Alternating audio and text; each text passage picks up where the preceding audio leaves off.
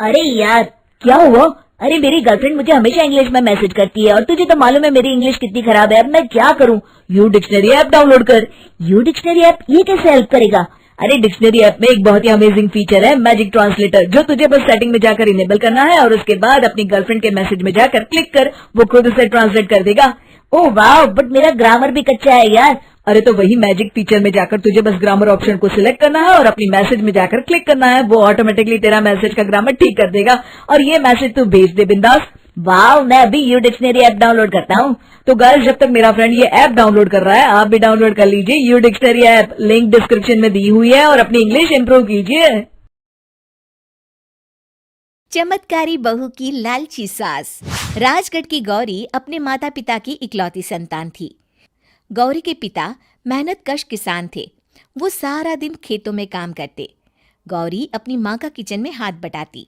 वो जंगल से लकड़ियां बीनती और माँ के चूल्हे में मदद करती। एक दिन वो जंगल में लकड़ी बीनने गई थी कि तभी उसे रोने की आवाज आती है।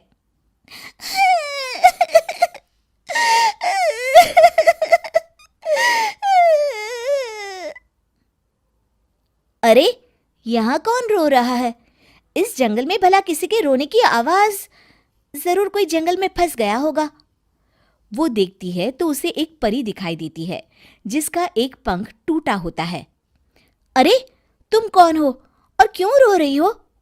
मैं परीलोक की रानी हूँ। पृथ्वीलोक में घूमने आई थी, लेकिन देखो ना, मेरे पंख ही टूट गए। अब मैं कैसे उड़ान भरूंगी? अरे, इसे जोड़ना तो आसान है। रुको, मैं अभी जोड़ देती हूँ। ये कहकर गौरी लकड़ी और रस्सी की सहायता से पंखों को जोड़ देती है।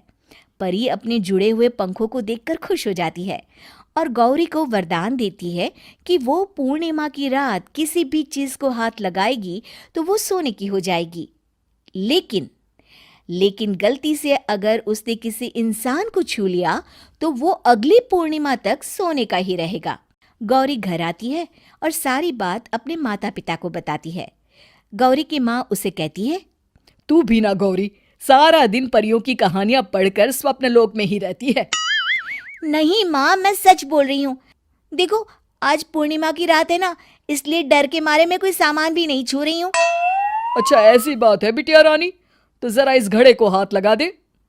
गौरी घड़े को जैसे ही हाथ लगाती है वो सोने का हो जाता है। गौरी के माता पिता घड़े को देखकर हैरान रह जाते हैं। अगले दिन गौरी के पिता उस घड़े को सुनार के पास बेचने जाते हैं तो रास्ते में उन्हें कंचा काकी मिलती है। वो सोने का घड़ा देखकर गौरी के पिता से पूछती है, अरे गौरी के बापू, ये पीतल तो बड़ा चमक रहा है। अरे काकी, ये पीतल नहीं, सोना है, सोना बेचने ले जा रहा हूँ।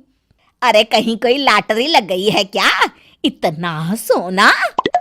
गौरी के पिता काकी को गौरी को परी द्वारा दिए वरदान के बारे में बताते हैं। काकी गौरी के पिता की बात सुनकर सोच में पड़ जाती है और फिर अगले दिन काकी गौरी के घर आती हैं। गौरी के बापू, तुम्हारे लिए मैं खुशखबरी लाई हूँ।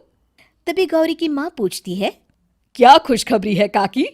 अरे तुम्हारी बेटी का रिश्ता मैं अपने बेटे से करना चाहती हूँ। अरे कब तक अपनी सयानी लड़की को घर पर बिठा कर रखोगी? हाँ, देखो काकी, मैं ऐसे ही व्यक्ति से अपनी बेटी की शादी कराऊंगा जो गौरी के वरदान से नहीं, उसके गुणों को समझे। अरे हमें तो गौरी के गुण अच्छे लगे, इसीलिए तो आ गई हूँ मैं।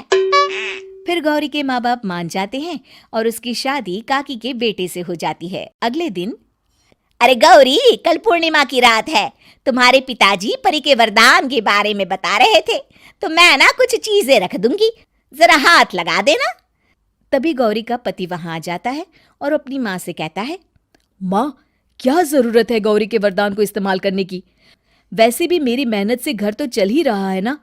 और गौरी के पिता ने भी यही कहा था कि वो ऐसे ही व्यक्ति से उनकी बेटी की शादी करेंगे जो गौरी के वरदान से नहीं, उसके गुणों को समझे। अरे बस कर किताबी बातें। तेरे लिए क्या लड़कियों की कमी थी जो मैं ये किसान की बेटी घर ले आती?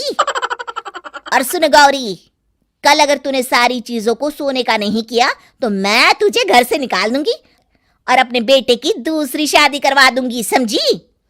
इतना कहकर गौरी की सास वहां से चली जाती है। अगली पूर्णिमा की रात गौरी की सास गौरी के सामने ढेर सारे बर्तन रख देती है और कहती है, जल्दी कर गौरी, रात खत्म हो जाएगी, जल्दी जल्दी इन सारे बर्तनों को हाथ लगाकर सोने का कर दे।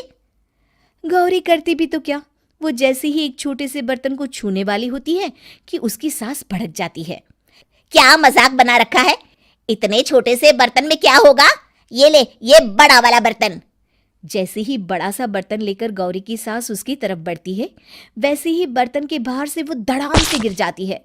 सास को गिरा देख गौरी उन्हें संभालने दौड़ती है और वो सास को हाथ लगाकर कहती है, अरे सासू माँ, क्या हो गया आपको, कहीं चोट तो नहीं लगी ना? लेकिन जैसे ही वो हाथ सास से हटाती है तो देखती है कि उसकी सास सोने की हो गई है। गौरी सोनी की सास को देखकर रोने लगती है और अपने पति से कहती है, मुझे परी ने कहा था कि अगर मैं किसी इंसान को हाथ लगाती हूँ तो वो अगली पूर्णिमा तक सोने का ही रहेगा। अब मैं क्या करूं? अरे करना क्या है, माँ को उठाकर अलमारी में रख दो। और हाँ, लालच का फल बुरा ही होता है। ज्यादा बड़े बर्तन को सोने का बनाने के चक्कर में माँ का ये हाल हुआ है। ये कहकर वो दोनों माँ की तरफ देखने लगते हैं।